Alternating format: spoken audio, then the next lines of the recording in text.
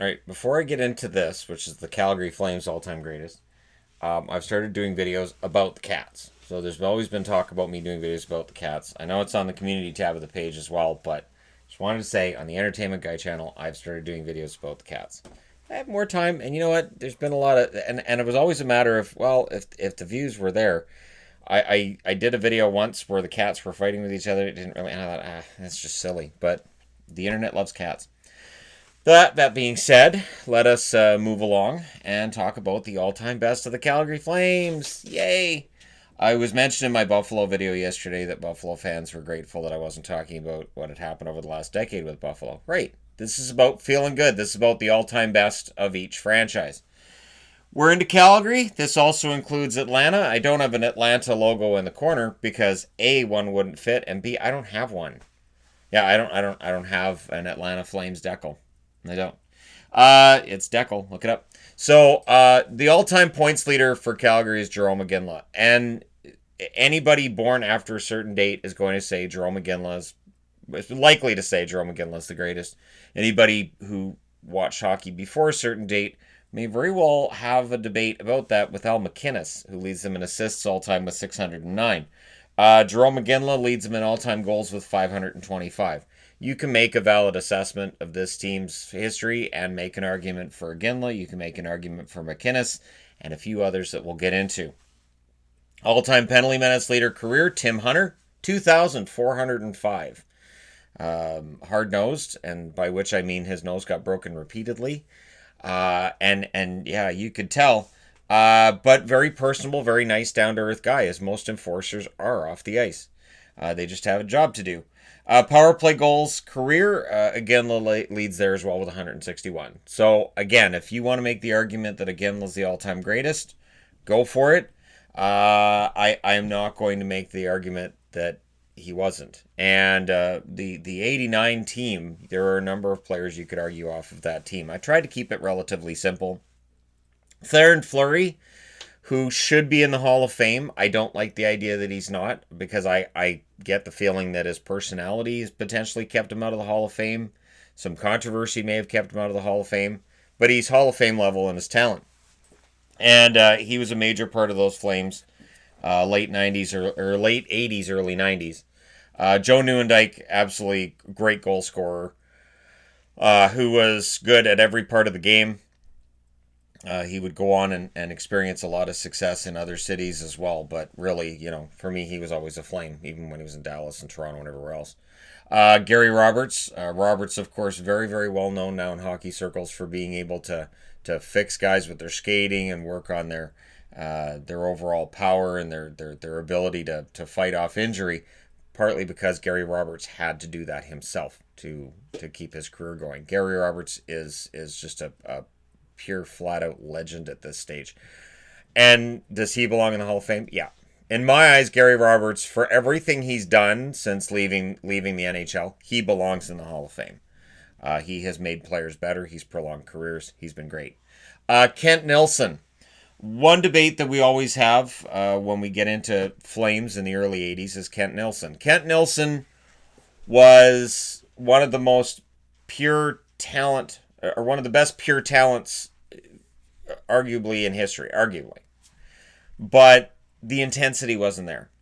So he did put up some tremendous numbers with Calgary, and then they just traded him. And at the time he was traded, it was seen that it was an effort issue that was the problem.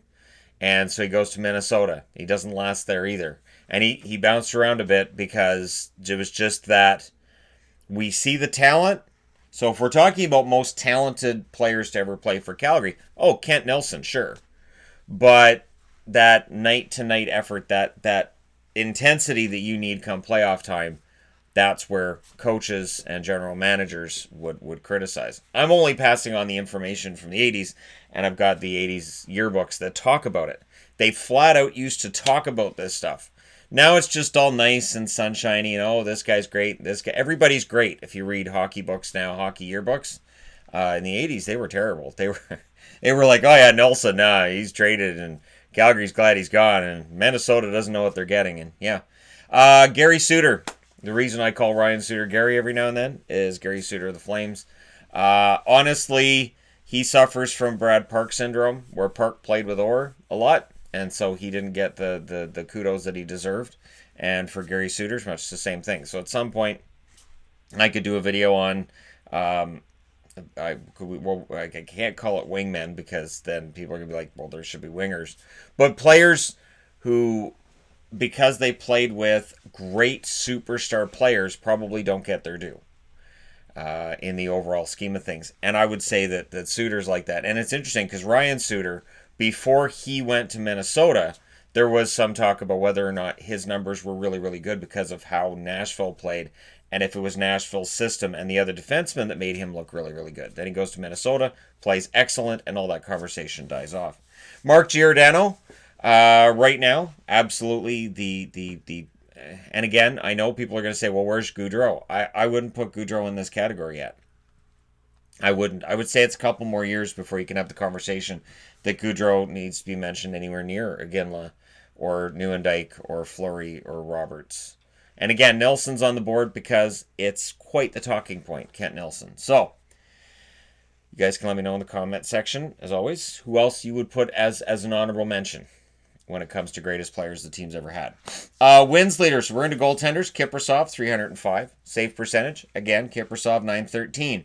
And when Mika came over from San Jose, it was kind of a Hail Mary that worked out pretty well. He was a goaltender that was kind of spinning his wheels in San Jose, playing a lot in the minors when the feeling was he was as ready for the NHL as he was going to get. He goes to Calgary and leads them on an incredible run. So Kiprusoff, quite the goaltender, and I don't think you can argue any goaltender ahead of him necessarily. Shots against, Kiprusoff leads there again, 16,018. Shutouts, again, Kiprusoff with 41. I could have just put Kiprusoff and put his numbers there. Mike Vernon is the only goaltender I think you can actually, with a straight face, argue in Calgary's history deserves to be in that conversation. He was a starting goaltender in 89 for the Stanley Cup Finals. He was there in 86 when they went to the Stanley Cup Finals as well. Of course, they won it in 89. And he was their goaltender for quite a while. And he was a big part of the reason they won it in 89. He didn't end up winning the Conn Smythe, but yeah, Vernon was fantastic. He was in the zone that year, and they won it all. Best team, I went with the 1989 Cup winner because, of course, I did. This was a team that was star-studded all the way through, that managed to get past some demons along the way. Now, Oilers fans are going to say, well, they dodged a bullet because the Oilers got knocked out in the first round by the Kings that year.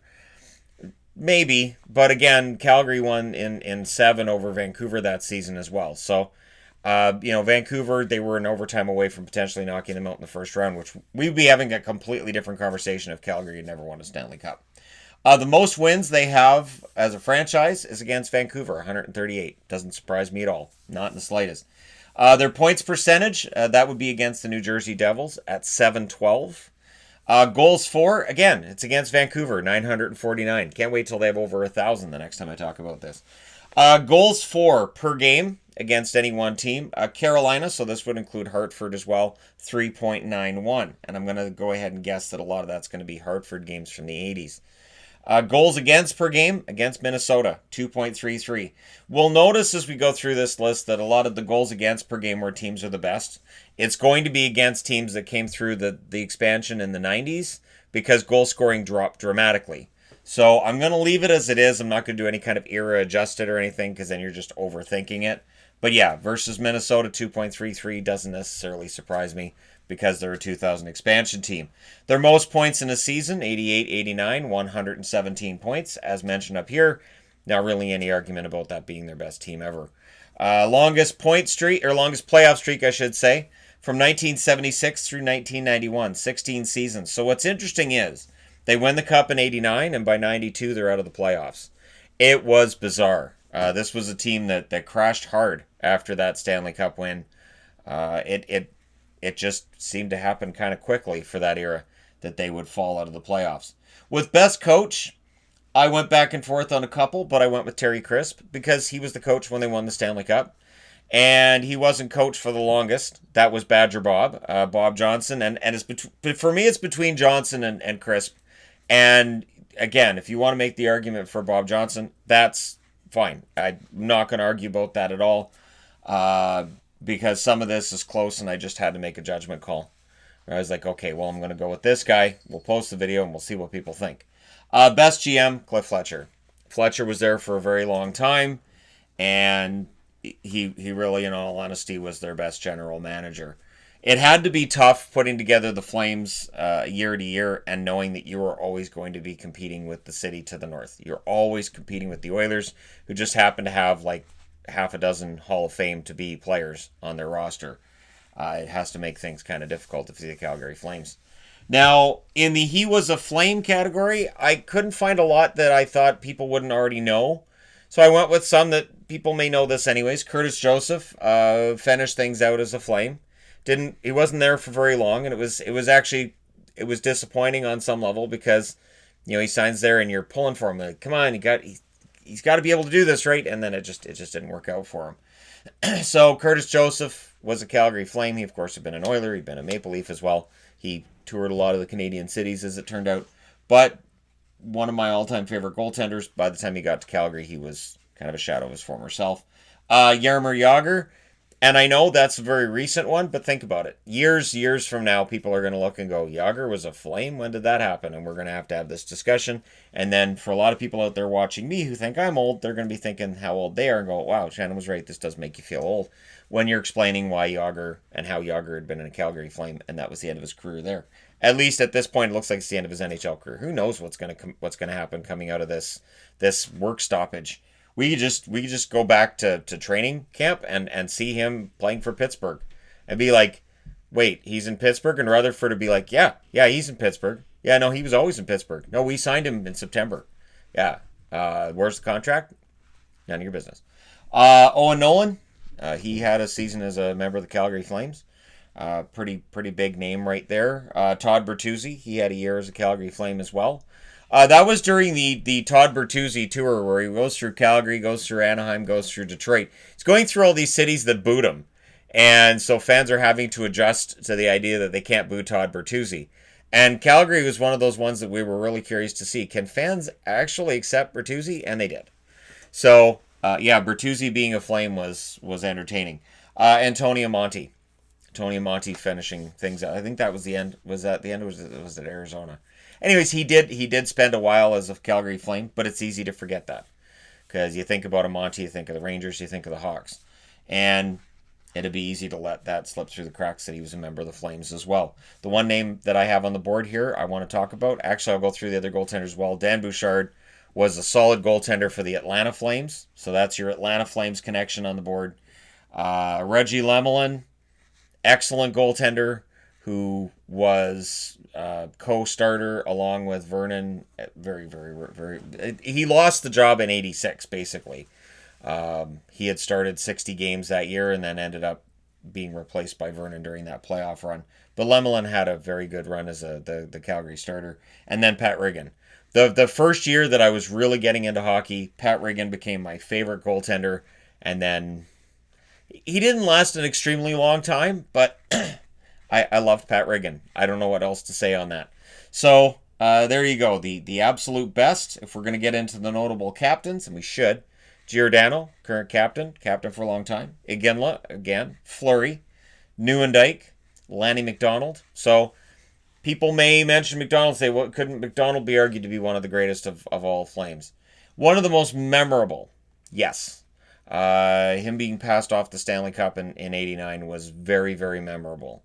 He did have the 66-goal season, but outside of that, the overall offensive totals, I wouldn't put him in the same category as an Iginla, Fleury, or Nieuwendyk. And Doug Risebrough. Doug Risebrough, captain of the Calgary Flames, had played in Montreal as well, and provided pretty steady leadership to a Calgary Flames team that needed that. So, there you go. I don't think there's anything else on the board I haven't covered. Nope, everything else looks fine. So there you go, the all-time best of the Calgary Flames. Let me know your thoughts in the comment section below as always. Don't forget to hit like and subscribe if you're browsing your way through. You just happened upon this video. And hey, thank you guys so much for watching, for all your support. And this means tomorrow is Carolina. I'll talk to you again soon.